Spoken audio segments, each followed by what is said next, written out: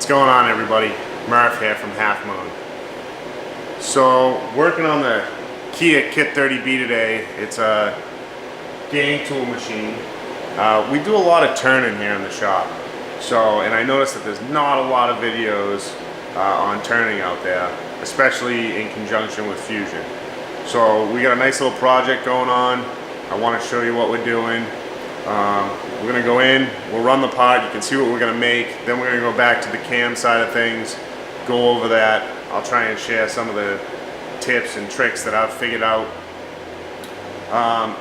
And then we'll talk about tool setup and why they're set up the way they are, and how we deal with those in Fusion. So let's get right into it, and hope you like the video.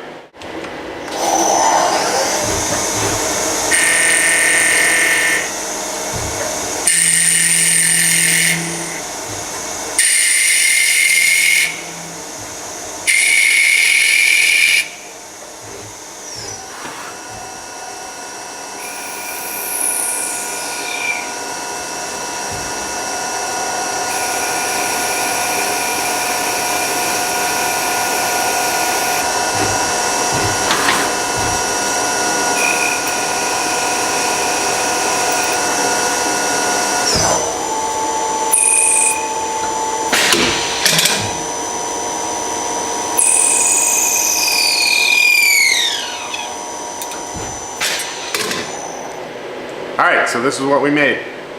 Just a little acrylic button, some cool colors in there, has a shoulder and an O-ring groove on it. Pretty quick, pretty easy to make. So let's get over to the cam, let's get back to Fusion and see how we did it, why we did it, and talk about a few things that I know I struggled with when I first started using this software to program my lathes. Let's do it. Alright, so before we go to the cam, I just want to show you something on the machine, so when we get over there, there's something I want to explain so that it makes sense. If you look close, all of my tools except for the cutoff tool are set to the same length. The cutoff tool sticks out a little bit further, and that is for a very specific reason. And this is it. Because if it didn't, I would crash into my parts catcher. So, we're going to go over to the camera. I'm going to show you how I deal with that. Because it does get a little weird. It took me not a long time, but it took me a while to figure it out and get it right without having to go in and try and do funky stuff in the post and all that, but it's actually pretty simple to do right in Fusion. So let's go check it out and we'll see how we deal with it. Alright, so we're in Fusion. Here's our part. I will apologize for crappy audio in advance. I need to get myself a good microphone for my computer. But let's dive right in and talk about how I deal with different tool length stickouts from the tool block on my gang tool machine. And it really applies to anything, whether it's a turret machine or a gang tool machine. But I run into it quite a bit, especially when you have to hobble together a setup with what you got. You know, you're not always able to have that ideal situation where every tool is the same length. You know, you run into stuff like what I ran into out there, which is, you know, my parts catcher getting in the way. And on my other tools, I want to keep them as tight as possible so that I'm not, you know, I'm not getting any chatter. I'm getting a good surface finish, and so the only one I run out that far is the cutoff tool. So we're going to talk. I want to focus in on this parameter here in Fusion, which is the home position. And what the home position is the retract distance in Z for each tool. I wish that Fusion would have a separate one for each tool, but they don't. They do it in the setup. So this parameter here, this home position, applies globally to every tool that's in that setup. So if I group all my tools in here, each tool will retract 1.5 inches off the face of the stock on each tool change. I don't want that to happen. I don't want to retract 1.5 inches every time. The only time I need to retract 1.5 inches is after my program finishes and my cutoff tool is sitting there. I need to pull back 1.5 inches from tool number 1, right? Because it does it after the tool change, not before. So tool number 1 needs to pull back 1.5 inches and then move in the X direction. So that, because if I had it set to 1.5 inches, to 1/2 inch, like I do in the second setup here, 1/2 inch, my cutoff tool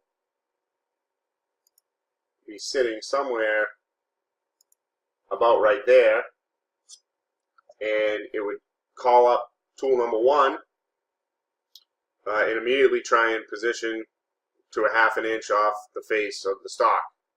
And this tool would end up coming across, and then it would move an X and it would smash and would have a nice fun crash, which happens. So what we're able to do by setting 2 different setups is to have 2 different home positions. So tool number 1 goes 1.5 inches, great. All the rest of them are 1/2 inch, and it just, it makes a nicer program. It's just not a lot of wasted moves. I hate wasted moves, especially when I got a lot of pots to run.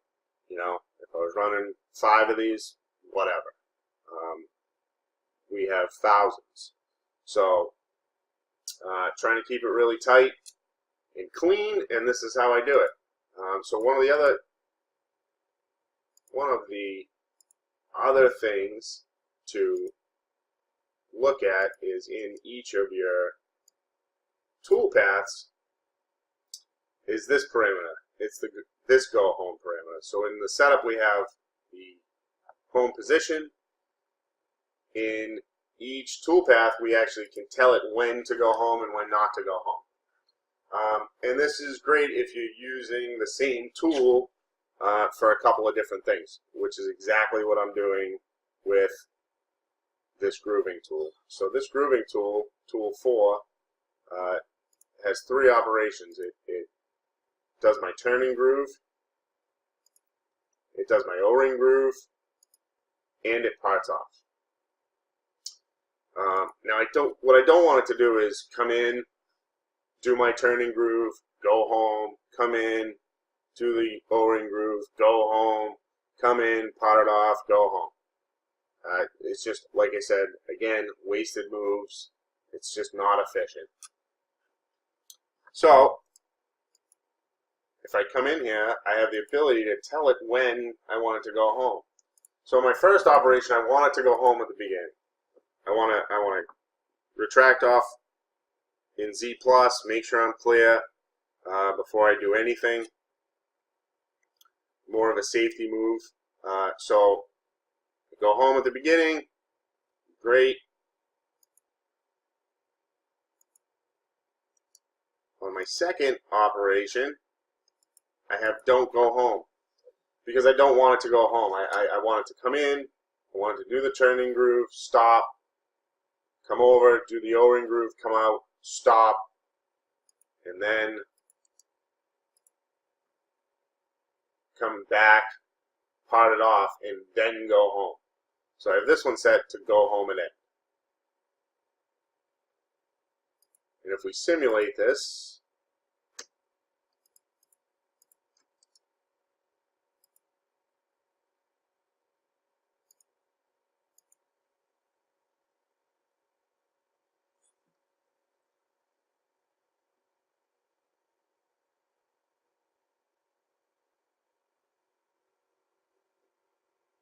you can see We have a nice, clean, tight tool path, which is just what I like.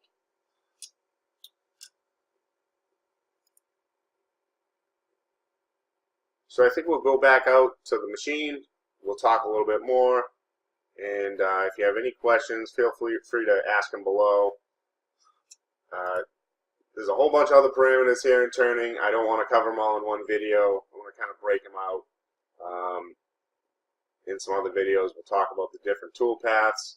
We'll talk about confinement issues and things like that. So anyways, let's get back out to the machine. Alright, so this is about where the cutoff tool ends up after it parts off. So here's my roughing tool up here. This is tool 1. This is my cutoff tool. If we didn't change the home position like we did, when I press the start button again, this would immediately come in till this was a ½ inch off the face, and this would just smash into our stock, and it would be bad, right? Everybody hates crashes, but we have this set to pull 1.5 inches off the stock, which gives plenty of room for this to come by and then come back in. So we'll start it up and we'll see.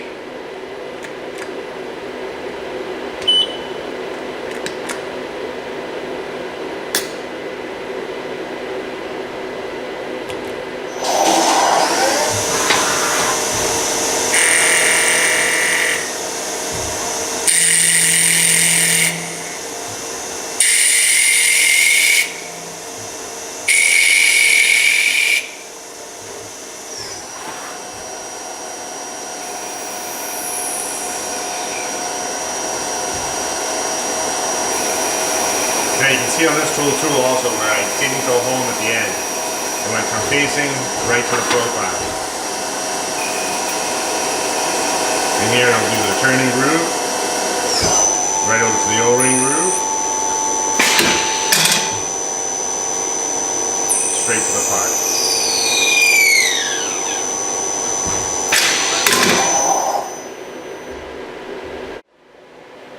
Alright, well I hope you enjoyed the video. Hope I was able to share some useful information with you. If I was, please hit the subscribe button. You can also go check us out on Instagram, give us a follow there. It's just at @halfmoonmachine. If you have any questions, comments, whatever, just comment below. You can also shoot me an email. It's just halfmoonmachine@gmail.com. All right. Thanks, have a good night, and we'll talk to you soon.